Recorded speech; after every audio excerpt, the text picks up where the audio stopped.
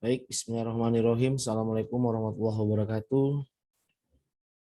Baik, kali ini kita akan membahas artikel di bidang seminar mata kuliah seminar auditing dengan judul artikel peranan audit manajemen dalam menilai efisiensi dan efektivitas pengendalian produksi lem Weber pada PT Dian Herbal dengan penulis yaitu dari Yunita Haris Puspita Amir dari mahasiswa Fakultas Ekonomi dan Bisnis Universitas 17 Agustus 1945.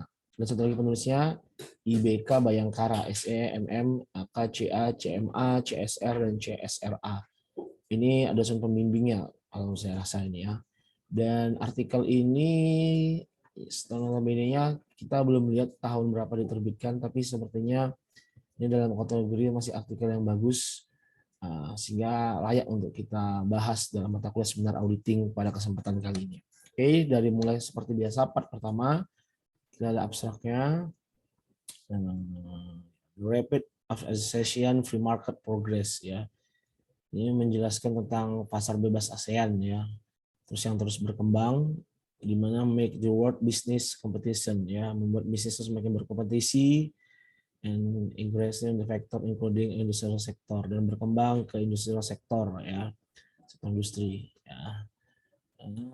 Selanjutnya ini masih penjelasan tentang pendahuluan sepertinya. The existence of the intense competition, dan dari kompetisi ini membuat challenge face ya, wajah perusahaan yang harus berkompetisi ya dengan salah satunya adalah produksi produk ya, di mana timelinernya dengan menghasilkan namanya berkualitas, good quality ya, produksinya harus berkualitas. In order for company and continue ya, di beberapa perusahaan kita lihat survive and increase profit in the free market area, the company must be operate in company activities ya, perusahaan juga harus meningkatkan operasi perusahaan, operasional perusahaannya dengan melihat aktivitasnya, yaitu aktivitas ekonominya yang berbasis efisiensinya dan efektif ya, di mana tujuannya untuk memaksimalkan ya produksi kontrol ya, kontrol produksi ya, atau optimal produksi kontrol ini mungkin pengendalian produksi lah mungkin ya, optimize produksi kontrol. This is research ya, penelitian ini mengetahui tanya efektif ya dan efisiensi suatu pengendalian produksi itu. Oh ya, di pada glue ini lem ya, kalau nggak salah glue lem di PT Dian Herbal and provide suggestion dan memberikan rekomendasi kepada untuk improving ya, untuk meningkatkan efektivitas dan efisiensi kontrol produksi pada perusahaan lem ini, Dian ini ya, PT Dian Herbahal. Individual research ya, dalam penelitian ini menggunakan disease primary data primer, dengan metode interview dengan head of the factory, kepala pabrik ya, dan staf produksi ya, staf produksi di PT Dian Herbahal ini. Oke, jadi dia yang tujuannya yang melihat ya efisiensi dan efektivitas dalam meningkatkan memaksimalkan pengendalian kontrol produksinya. Oke. Khususnya untuk produksi di glue Weber ya, di lem, dan memberikan rekomendasi untuk meningkatkannya dengan metode wawancara kepala pabrik dan dan staf produksinya. This is studi qualitative research ya, kualitatif ya, pendekatan kualitatif riset dengan studi approve, dengan studi kasus ya, betul di PT Herbahal tadi. Data collection techniques, data yang dicerna adalah yang diuji nanti adalah observasi, interview, dan dokumentasi. Oke. Ada observasi, ada interview, dan dokumentasi. Dengan metode data melihat antara connect between kondisi produksi kontrolnya, kondisi sebenarnya, dengan melihat operasional perusahaan dengan melihat kriterianya, kriteria aktivitasnya. Jika ada difference permasalahan ya, beberapa permasalahan. So forecast of the problem and the measure of the consequence, akan dicari permasalahannya untuk jajan keluar yang maknanya seperti itu. The result of this note ya, the result hasil penelitian ini ya menunjukkan memberikan apa nih, aktivitas kontrol produksi telah berjalan apa, have been going well. Ini artinya telah berjalan dengan baik ini sepertinya. Ya, hasil penelitian telah pada aktivitas produksi tadi telah berjalan dengan baiknya. Tapi ya ada beberapa kelemahan ya yang terlihat ya, antara lain nih delay of raw material delivery. Ini maksudnya delay keterlambatan pengiriman ya, raw material ya, bahan baku. Using raw material, ini penggunaan bahan baku. Destruction of material, ini destruction, pemusnahan ya, pemusnahan bahan baku. Maintenance of produksi facility, pemeliharaan ya fasilitas produksinya. Dan reprocessing glue, ini reprocessing artinya proses ulang kembali ya, mungkin ya. Reproses itu artinya pengulangan kembali glue, lem ya. Mungkin bahan glue yang udah diproses kembali seperti apa gitu ya lemnya. Dan terakhir ini company quality policy, kebijakan kualitas, berarti kebijakan mutu perusahaan. Oke, secara hasil dinyatakan di sini katanya hasilnya sudah berjalan dengan baik ya untuk internal kontrol produksinya ya, pengendalian produksi bahan bakunya, tapi ada beberapa kelemahan ya, kita lihat nanti kita di dalam kata lihat itu ya di hasil penelitian secara detail. Dengan keyword audit manajemen, operational manajemen, produksi kontrol, audit manajemen, produksi dan efisiensi dan efektivitas. Oke, kita bahas part per part dengan ya pendahuluan. Oke, seiring berjalan pasar asing bebas semakin pesat membuat dunia pasar bisnis semakin ketat juga di bidang industri. Ini kayak kalimat yang di sini tadi ya. Disamakan ya. Adanya persaingan yang ketat, tantangan yang dihadapi perusahaan dan bagaimana cara menghasilkan produk yang secara tepat dan berkualitas dengan baik. Oke, agar perusahaan terus dapat bertahan dan meningkatkan keuntungan pasar bebas, maka pengelola iya ini sepertinya sama dengan kalimat tadi di atas ya. Kalimat pendahuluan ini dijadikannya di bagian dari abstrak sampai part ini kayaknya nih. Ya, ini sini. Maka pengelolaan perusahaan harus berjalan dengan ekonomis, efisiensi, dan efektivitas dalam seluruh aktivitas operasi perusahaan yang dijalankan. Salah satunya adalah mengoptimalkan pengendalian biaya produksi, kan benar tadi di sini kan sampai di sini ya. Di sini. Salah satunya adalah optimizing produksi control ya. Gitu dia. Fungsi produksi ini mungkin beda. Di sini beda. Fungsi produksi dalam perusahaan merupakan suatu kegiatan yang berfungsi untuk mengolah input menjadi output ya dengan standar kualitas yang telah ditetapkan oleh pihak manajemen perusahaan. Dalam proses produksi perlu ditetapkan standar dan target produksi pada suatu perusahaan tersebut sebagai pembanding. Oke. Diperlukan evaluasi dalam proses produksi untuk meningkatkan efektivitas dan efisiensinya. Ya. Bagaimana pengelolaan produksi yang dinamakan audit namanya manajemen. Di samping itu, audit manajemen pada perusahaan tidak terlepas dari kebutuhan informasi tentang berbagai bagian dari perusahaan agar manajemen dapat mengarahkan perusahaan menjadi lebih baik.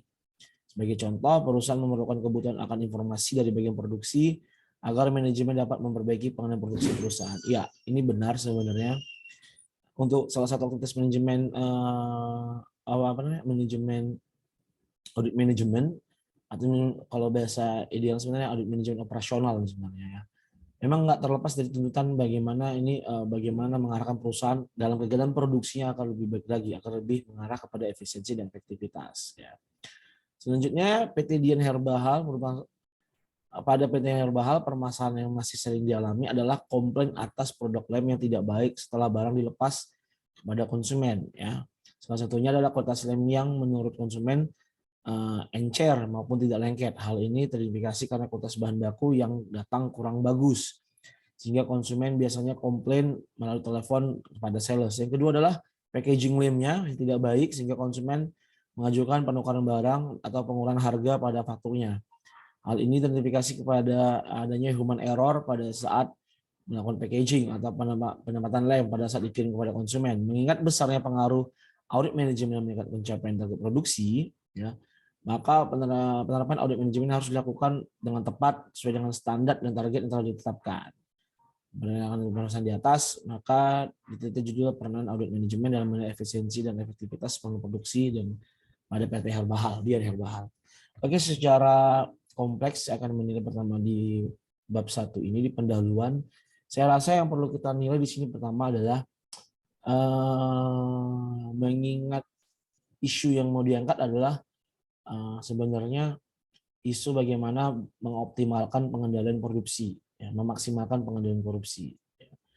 Nah, isu itu diangkat dari yang namanya tingginya kebutuhan perusahaan dalam meningkatkan secara ekonomis, efisiensi, dan efektif. Ya, walaupun kita diminta untuk meningkatkan pengendalian produksi, tapi kita harus juga berkaca kepada sistem yang namanya ekonomis, efisiensi, dan efektivitas dalam meningkatkan operasional perusahaannya. Dan di sini kalau kita lihat juga ya, fungsi produksi pada perusahaan itu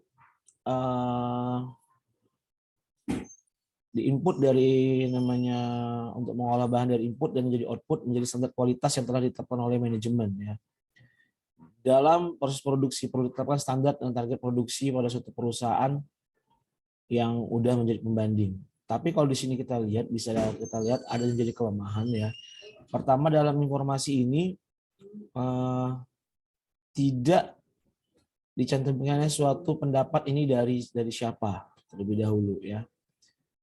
Idealnya sebenarnya ini kan seperti ketentuan bahwa menjelaskan bahwa setiap produksi harus seperti ini, terlepas dari produksi manajemen dan sebagainya. Ini idealnya memang harus diukur dari pendapat siapa itu dulu. Itu yang kelemahan pertama yang kita lihat. Yang kedua, atas dasar yang namanya komplain ini oke lah, ini rasional lah. Tapi dari atas komplain ini, seberapa besar sih dampaknya dalam dampak pengukuran barang dan pengurangan harga?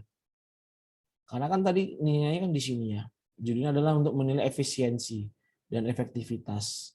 Dan selama ini kita tidak terlihat juga di sini bagaimana nilai efektif yang sudah tercapai saat ini atau nilai efisiensinya. Misalnya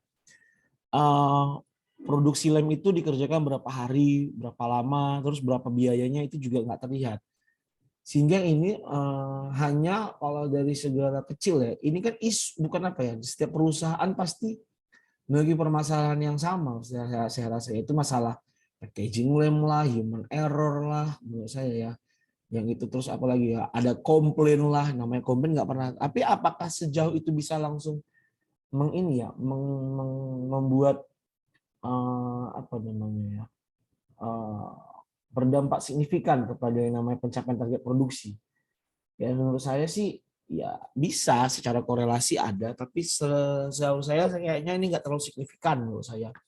Dikaitkan permasalahan yang awalnya ini menjadi mengganggu pencapaian target produksi.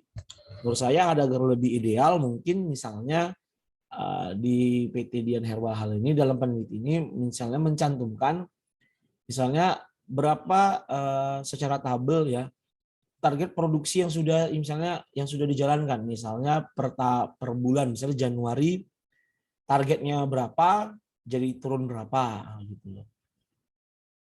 Nah, apakah menjadi penurunan? Nah, itu mungkin iya. Jadi secara logika berarti ini ada masalah secara data, dengan target kok bisa menurun, nah, hasil produksinya. Nah, itu mungkin diselidiki apa penyebabnya. Jadi nggak semerta-merta langsung ini menjadikan dasar. Kalau ternyata nggak mengganggu sekali dalam permasalahan produksi, menurut saya kalau saya sih nggak mengambil permasalahan menjadi permasalahan besar. Tapi sebenarnya idealnya penelitian itu memang ya dapatlah terlihat kalau kita bilang secara kuantitatif, ya, namanya permasalahan itu, bahwa apa yang menjadi dasar sekali. Apakah hanya ini? Saya rasa belum seutuhnya, ya. Kalau ada misalnya pencapaian target produksi yang terganggu ditampilkan dalam data, itu jauh lebih baik, gitu, ya. Itu yang menjadi koreksi kita dalam bab 1 pendahuluan dalam penelitian ini. Oke. Selanjutnya di tinjauan pustaka. Oh, satu lagi sebelum kita masuk tinjauan pustaka juga saya lihat di sini biasanya dalam literatur penelitian dia idealnya membuat tujuan penelitian ini, tapi sebenarnya tujuannya sudah kita ketahui ya. Tujuannya didapat dari mana? Dari judul juga ya. Judulnya sudah jelas sekali ya. Karena udah dalam menilai, ini kan bagian dari tujuan ya. Tapi sebenarnya tidak perlu, tapi bisalah. Tapi mungkin kalau tujuan tidak ada, mungkin rumusan yang bisa kita lihat. Bagaimana cara dia menilai ya. Bagaimana cara dia menilai efisiensi ini dan efektivitas ini dalam meningkatkan fungsi peran audit manajemen ini. Ini belum terlihat dalam rumusannya dan tidak ada memang rumusannya. Mungkin kita secara lebih dalam lagi di artikelnya. Oke, tinjauan pustakanya pertama dia menjalankan audit ya, definisinya Arens. Oke, berikutnya audit manajemen dari Bayangkara. Audit manajemen adalah ini apa? Yaitu adalah pengevaluasian terhadap efisiensi dan efektivitas operasional perusahaan. Oke, menurut Agus ada tiga elemen ruang lingkup audit manajemen, kriteria, penyebab, akibat ya. Ini mungkin menjadi standarnya nanti, kita nggak tahu digunakan atau tidak. Sebagai besar tahapan-tahapannya dibagi ada 5 tahapan, yaitu audit pendahuluan, ada review, audit terperinci, pelaporan, dan tindak lanjut. Oke. Dan dimasukkan juga manajemen operasional ya, karena kaitannya memang audit manajemen lebih ke operasional. Itu adalah sistem manajemen yang atas proses dalam membangun produksi maupun penyedia jasa ya. Ruang lingkupnya ada perencanaan, pengendalian, sistem informasi produksi, dan aspek lingkungan. Ini berdasarkan William Steve Jones ya, tahun 2009. Audit manajemen terhadap fungsi produksi dan operasional dibuat tersendiri partnya. Jelaskan bahwa audit produksi manajemen terhadap fungsi produksi dan operasi merupakan suatu kegiatan yang dilakukan pemeriksaan yang dilakukan oleh auditor guna untuk mengukur seberapa baik manajemen menjalankan fungsinya dan bagaimana seberapa penting efektif dan efisiennya ya dalam membuat keputusan yang tepat dalam mencapai tujuan. Ada beberapa alasan yang mendasari perlu dilakukannya audit ini. Ya, ada beberapa proses produksi yang harus berjalan dengan maksimal, kekurangan dan kelemahan yang harus ditemukan, konsistensi berjalan proses yang harus diungkapkan, pendekatan proaktif dan berjalan tingkat proaktif. Oke, ini ruang lingkup audit produksi, rencana, produktivitas, efisiensi produksi. Ini ada pengendalian. Pertama ada pengendalian bahan baku, ya, ada pengendalian peralatan, pengendalian transformasi, dan di sini kita langsung koreksi aja, di sini tidak dijelaskan ini menurut siapa ya, teori siapa dan bagaimana. Sama ini juga nggak ada ya, mengutip dari mana, dan ini juga nggak ada dikutip dari mana. Ini poin D ada kelemahan tersendiri ya, tidak mengutip dari pendapat siapa atau teori siapa ataupun dari literatur mana, kita tidak lihat. Termasuk pengendalian produksi juga sama diketahui. Oke. Selanjutnya di metode, dan saya rasa ini menjadi yang sebelum masuk metode tadi yang belum kita lihat tadi, bagaimana kalau penelitian kualitatif oke lah, kita nggak bisa temukan mungkin kerangka, hipotesis ya, tapi mungkin kerangka berpikirnya di sini mau dibangunnya, tapi dia membangun kerangkanya tidak terlihat dari unsur mana gitu, dan tidak terlihat juga bagaimana rumusan yang harus mau dibuat dalam penelitian ini. Jadi nanti mungkin akan kesulitan, kita akan menguraikan di hasilnya, cuman nggak apa-apa, kita akan lihat lebih dalam lagi ya. Metodenya sama mungkin di abstrak ya. Oke. Penelitian ini dilakukan pada November tahun 2018. Mungkin termasuk baru, mungkin publikasinya 2019 ya. Masih kategori baru lah nih ya. Data yang digunakan adalah data primer, oke, wawancara, yaitu para narasumber bagian produksi dengan daftar pertanyaan yang sudah disediakan. Tadi kalau nggak salah ada 3 juga ya.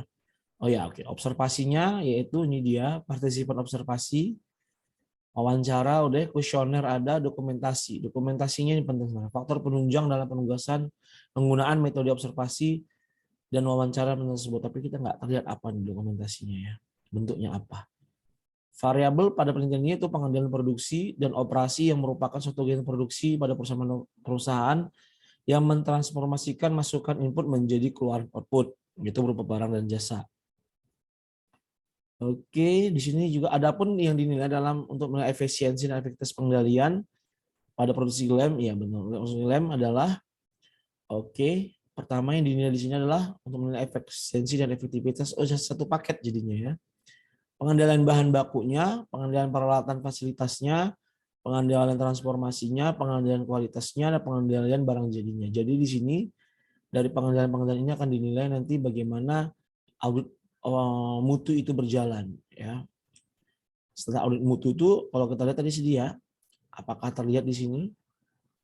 Apakah ada yang namanya audit pendahuluan dulu, artinya ada nggak di perencanaannya, ada nggak pengujiannya, ada nggak terperincinya, ada nggak pelaporan, ada nggak tindak lanjutnya atas semua tadi ini ya. Atas semua nih, bahan baku, peralatan, transformasi, kualitas, dan barang jadi. Oke, selanjutnya, proses pengolahan data ini dimulai dengan melakukan pencatatan recording dari hasil observasi, wawancara, dan dokumentasi yang dilakukan oleh peneliti sesuai dengan fokus penelitian. Langkah kedua, melakukan pemeriksaan verifying dari hasil observasi. Oke, kemudian hasil tersebut secara sistematis yang jelas agar pokok permasalahan yang jelas diambil kesimpulan. Oke, jadi dia dalam audit mutunya ya, dia pertama melakukan pencatatan, recording atas hasil observasinya. Ini mungkin yang bagian pendahuluan ya. Yang kedua, melakukan pemeriksaan, per review ya. Baru diambil kesimpulan. Tapi di sini dia mungkin tidak lanjutnya terlihat mungkin di saran dan sebagainya ya. Terus dihubungkan dengan teknik yang dilakukan itu adalah menghubungkan antara kondisi perusahaan yang ditemukan di lapangan yang kriteria ditentukan. Jika terjadi gap, dicari penyebab dan permasalahan tersebut. Sama ini ya. Langkah selanjutnya, setelah ditemukan penyebab dari permasalahan yang ada, diukur akibat. Ya, inilah bentuk penanganan mutunya ya. Langkah selanjutnya dibuat kesimpulan dan temuan audit tersebut memberikan rekomendasi ya. Ini aktivitas ini harus terlihat di hasil ya. Intinya. Aktivitas ini berdasarkan kepada masing-masing ini ya, yang mau diperiksa. Nah, kita lihat ya. Tapi kalau dari kesimpulan tadi kita lihat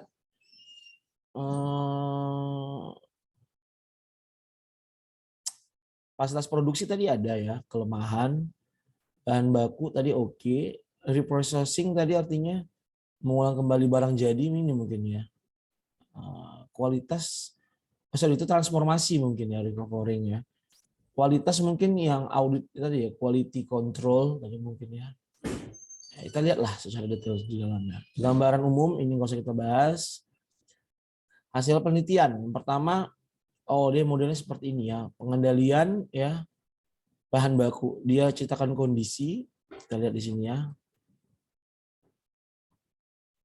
Kondisinya, oke, betul ya, ceritakan kondisi. Baru dia harus ceritakan ada permasalahan, ada kriteria. Ini kondisi dan termasuk permasalahan ya berarti ya. Baru ada kriteria. Oke, betul kriteria tadi reviewnya. Baru ada penyebabnya apa dan akibatnya apa. Wow, bagus banget nih. Semua dibuatnya per part ya, bagus banget ya. Dia ada bahan baku masing-masing. Ada fasilitas produksi, transformasi, ada kualitas, dan juga barang jadi. Telah terurai ya. Oke. Ini mungkin secara artikel ya, mungkin tidak dijelaskan, mungkin di penelitian yang ada tadi ya. Ini hasil dari wawancara dan dari observasi dan hasil dokumentasi ini terlihat dapatlah ini. Mungkin kondisi didapat dari tadi hasil wawancara dan sebagainya, kriteria. Kita nggak bahas hasilnya, kita mungkin bahas pembahasannya.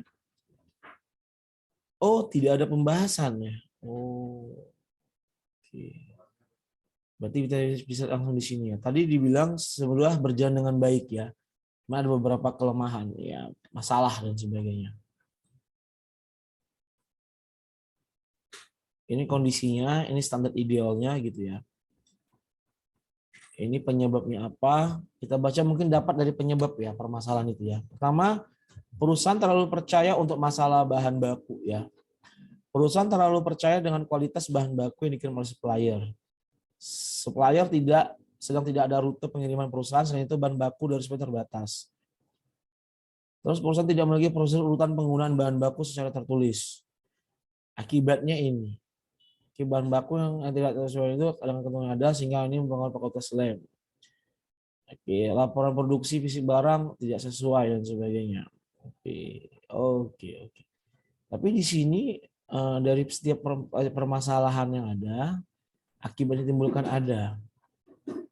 Oke, modelnya seperti itu. Untuk yang transformasi, ini mengenai tentang masalah kesiapan mesin, kriterianya kesiapan mesin. Kalau yang peralatan produksi, apa bedanya ya? Oke. Mesin juga tadi ceritanya. Pengendalian kualitas, tidak aneh ya, betul. Ini kebijakan publiknya tadi, kebijakan mutunya nggak ada. Oke, pengendalian barang jadi, tanggal kadaluarsa, oke. Ini penyebabnya apa? Oke. Tanggal kadaluarsa tidak dicantumkan ya, bahaya juga ya. Perusahaan tidak mencatat komplain dari konsumen yang tidak ada pengajuan pengembalian barang. Oke, banyak masalah dalam produksinya ya. Oke. Kesimpulannya, langsung kita bahas saja batu di kesimpulan. Dari hasil penelitian bahan baku, perusahaan tidak memiliki prosedur sumber bahan baku yang tidak tertulis. Oke, dia nggak punya kebijakan ya. Di mana seharusnya setiap perusahaan harus memiliki prosedur penilaian. Iya, benar. Ini permasalahannya. Jadi ini sebenarnya idealnya memang untuk mengatasinya, memang harus ada yang namanya standar kualitas bahan baku yang tertulis ya, kriterianya. Kalau nggak bisa ini, ada namanya bahan pendamping atau bahan pengganti yang sesuai dengan kriterianya juga gitu ya. Dan itu tertulis menjadi standar gitu ya. Hal ini disebabkan karena perusahaan terlalu percaya dengan kualitas bahan baku yang dikirim sehingga bahan baku yang datang tidak sesuai dengan ketentuan yang ada. Selain itu supplier mengirim bahan baku nggak tepat waktu, di mana seharusnya supplier harus mengirim bahan baku sesuai dengan bahan baku yang telah ditentukan. Ya ini putuskan kontrak aja lah menurut saya. Atau misalnya komplainkan juga kepada supplier bahan bakunya sebenarnya. Hal ini dikarenakan supplier sedang tidak ada rute pengiriman ke perusahaan atau bahan baku. Ini mungkin terlalu baik atau sama keluarga atau gimana ya. Hal ini terpengaruh pada kualitas, iya benar. Ini menjadi pembiaran berarti ya dalam perusahaan, dalam pengelolaan bahan baku. Terus dalam penggunaan bahan baku yang dilakukan tidak berurutan sesuai dengan waktu penggunaan barang ya. Dengan menggunakan konsep FIFO ya, first in first out. Karena bahan baku tidak boleh terlalu lama karena bisa menyebabkan kerusakan dan sebagainya mungkin ya. Hal ini disebabkan karena perusahaan tidak memiliki prosedur urutan penggunaan bahan baku secara tertulis ya, lagi-lagi nggak punya standar mutunya ya. Yang mana yang dibeli pertama belum tentu diproses lebih awal sehingga dalam mengakibatkan banyak bahan baku yang rusak, dan ini mungkin ya kembali kepada kebijakan itu tadi. Setelah dilakukan namanya stock name ya, volume fisik hasil stock name barang dalam proses tidak sesuai dengan catatan administrasinya. Oh, ini bahaya juga ya. Di stok ternyata fisik sama di catatan nggak sesuai.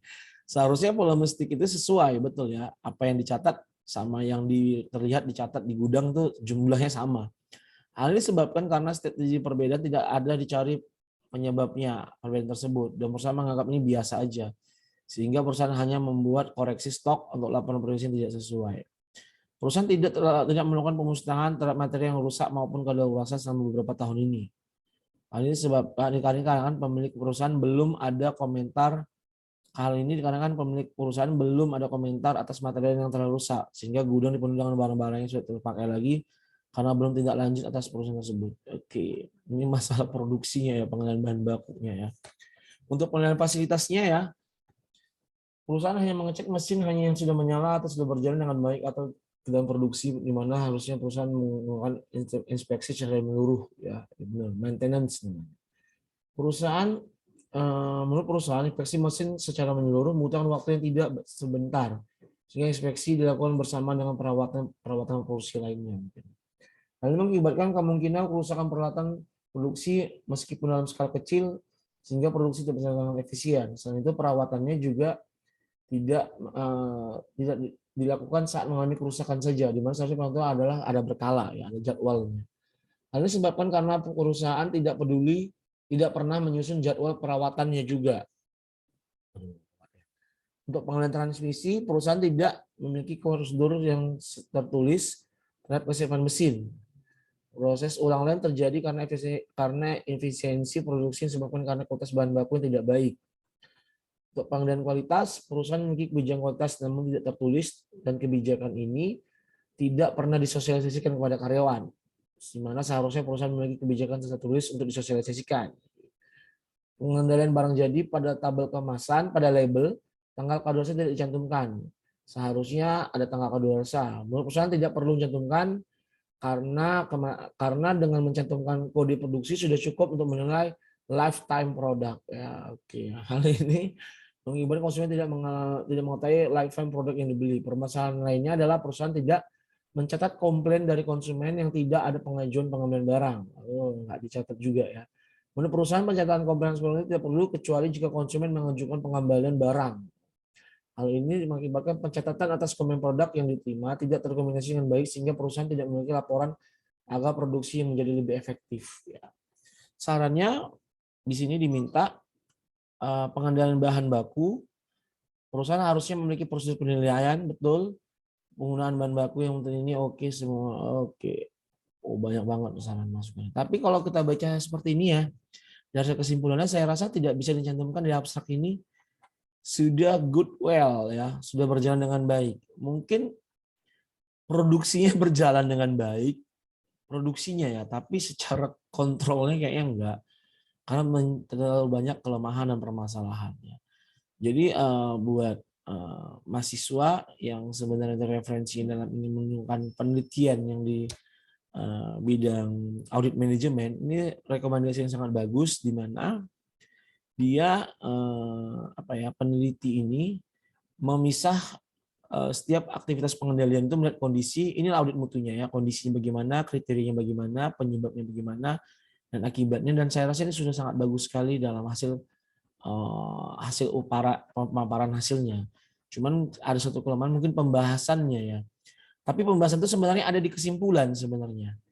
Sebenarnya ini adalah bagian dari pembahasan. Seharusnya kalau menurut saya kesimpulan itu hanya menyatakan simple. Perusahaan tidak berjalan dengan baik karena udah pengadaan bakunya tidak memiliki prosedur, ini melakukan tidak sesuai dengan urutan, nah gitu aja selesai. Namanya kesimpulan, simple dan sebagainya ya. Ini terlalu sebenarnya panjang di kesimpulan gitu ya. Menurut saya seperti itu. Ini sebenarnya bagian dari pembahasan malah ya, menurut saya. Oke, ini sebagai rekomendasi sangat bagus sekali. Jadi buat kalian ruang lingkup audit itu, audit manajemen ini juga masih sedikit sekali dalam literatur kita dari ruang studi akuntansi melakukan penelitian di bidang ini. Harapannya teruslah berkembang untuk mengembangkan penelitian bidang audit, khususnya di bidang audit manajemen, karena ini sangat lebih menyentuh ke permasalahan dan penyelesaian permasalahan yang ada di setiap perusahaan. Kalau penelitian-penelitian sebelumnya, artikel-artikel yang kita bahas sebelumnya kan lebih ke perilaku auditornya, lebih ke opini audit yang mau dibahas, kepada audit pemerintah. Ini spesifik kepada audit manajemen dan dalam meningkatkan mutu operasional perusahaan. Oke, demikian pembahasan artikel dari video ini. Terima kasih. Atas kekurangan dan kesalahan saya mohon maaf. Assalamualaikum warahmatullahi wabarakatuh.